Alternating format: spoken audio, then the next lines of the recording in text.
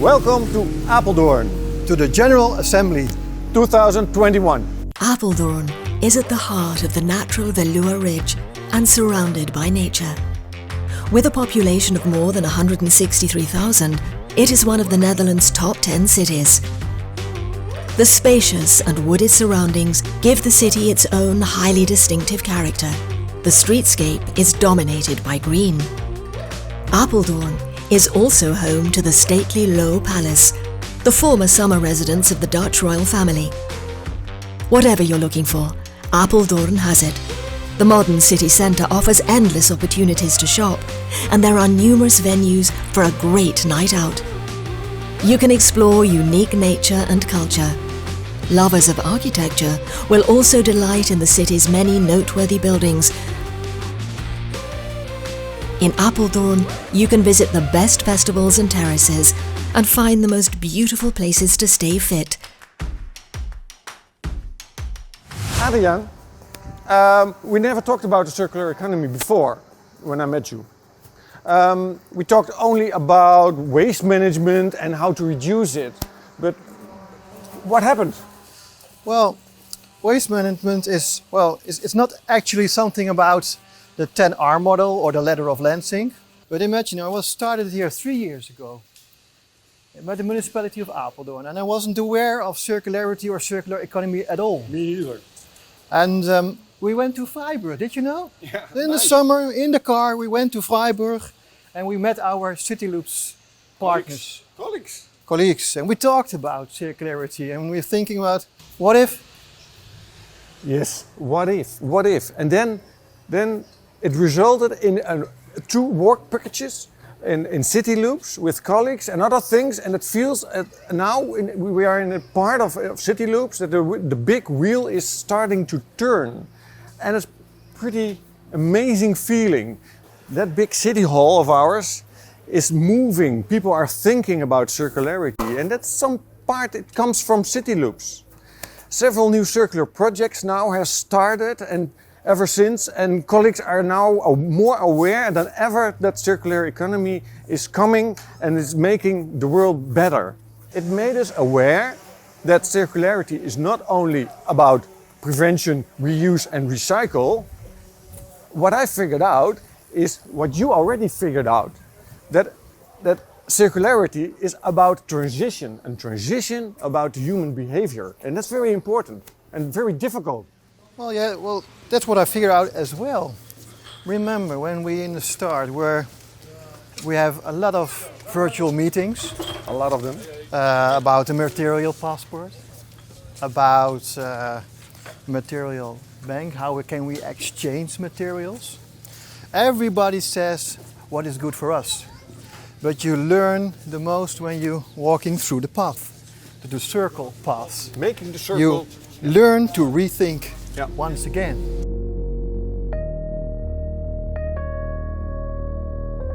In Cityloops, we receive a kind of mirror. What's going in, what's going out of materials. We now know what's important, but we still have a long way to go. It will take us many years to know exactly how many import and exports of materials pass through Apeldoorn.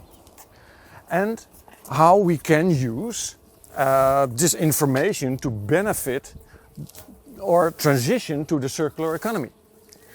We have to keep on pushing. Yeah, that makes me aware of also the evaluation plan. I know it is important, but we have to realize what the impact is, but we even do not know what the impact of Apeldoorn will be. We don't have a policy on circular economy. So Cityloops makes us aware of a lot of things, but the continuous process will be hard to roll out in the organization. And that makes it hard that Cityloops is not only a technical issue, it's more for the municipality, but it's more an organizational question. It has to make sure that the organization has to change. And that's a pretty hard thing to do. It costs a lot of time. We have the chance to change the interaction with our internal stakeholders, our colleagues in our municipality of Apeldoorn. We have to learn to work on another way. We are in a transition. So we have to work more together, more in a collaboration way. Weren't there some issues about collaboration in Work Package 2, Sander? I don't want to talk about it. I know I have to change. I have to change a little bit of my habits in this project, but we all have to change. We all have to change our habits. We can't keep up working like the way we always do. We have to start earlier with circular economy in our projects. That's very important. Does that mean that when we think about business models in this circular economy, we have to think about policy models? We think business models. Okay.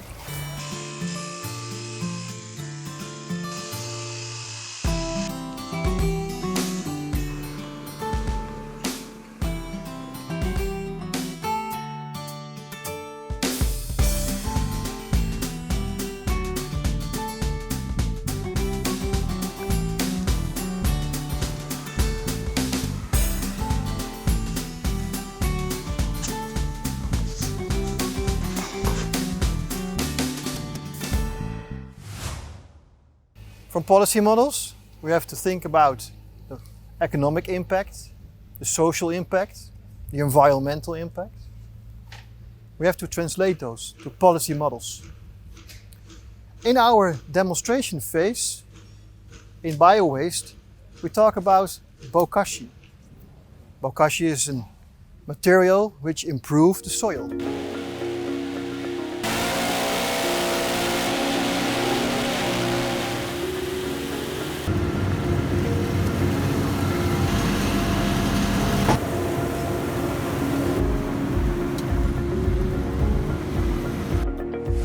We talk about biochar. Biochar is like kind of stuff like this. It has to improve the soil as well.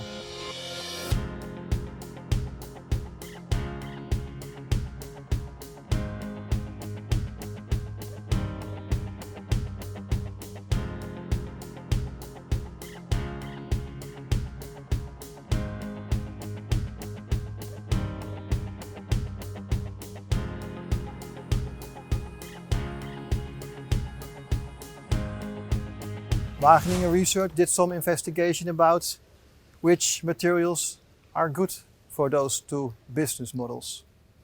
We talk also about the models in litter. Can we reduce the litter next to the roads? Also, another business case is about, can we make paper out of grass? We have grass everywhere, so why don't we make paper out of it?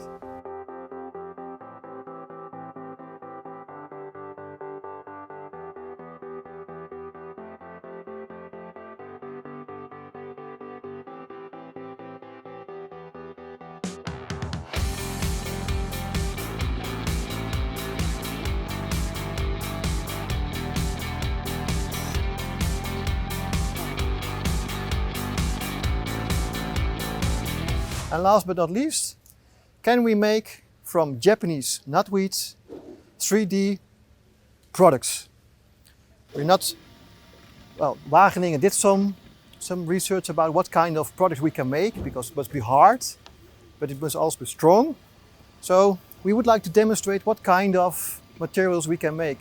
You could actually print 3D models with knotweed? Well, yes, it could be, yeah. Well, and we do believe that the top of the 10R model or the ladder of Lansing is to evaluate biowaste.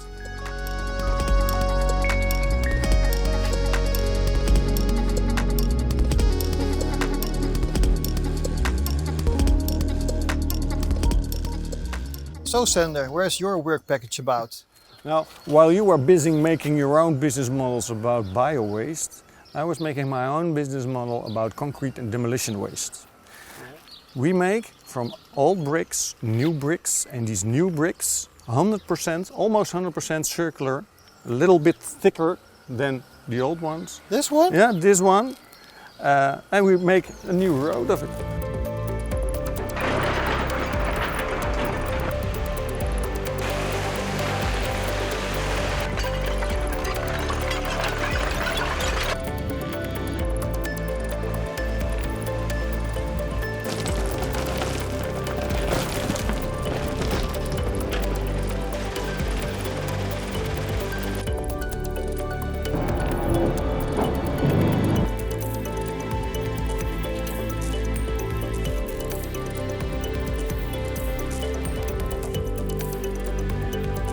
Yeah, we have to think bigger. We have to think more in a higher perspective. Make sure that we start small, but scale up very fast.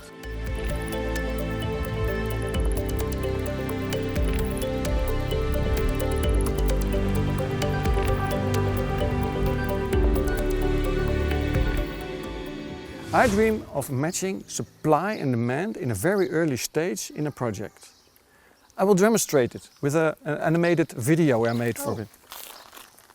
Municipalities continuously rebuild and renovate.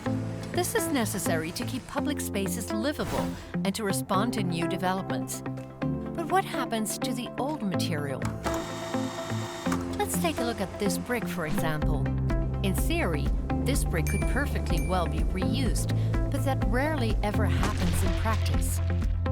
Despite goodwill, people within the municipality face complex processes with many stakeholders and are facing financial restrictions. That's why we took a closer look at these processes together with the involved stakeholders, and it turned out that reuse is possible. By using a new combination of techniques, data on materials can be collected and added to existing databases. By making this data available to trading platforms, a new use can be found for this brick.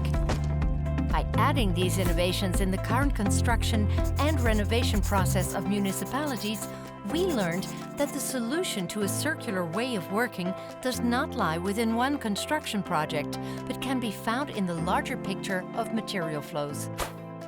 Linking this to the municipality's multi-year plans, it becomes clear when materials will be available for reuse. New uses can be found for each material, and a new project can be realized with previously used materials. If all municipalities take part, we can make circularity a success. That's why we have developed tools that municipalities can use to take the first steps in getting started with circularity themselves. Are you curious about these examples, or do you want to get started yourself? Take a look at our website. That's really interesting. I'm looking forward to see the results here in Apeldoorn. Let's make a circular society. Yes, that's what we should do. Thank you for watching this video. Hey, have a nice day.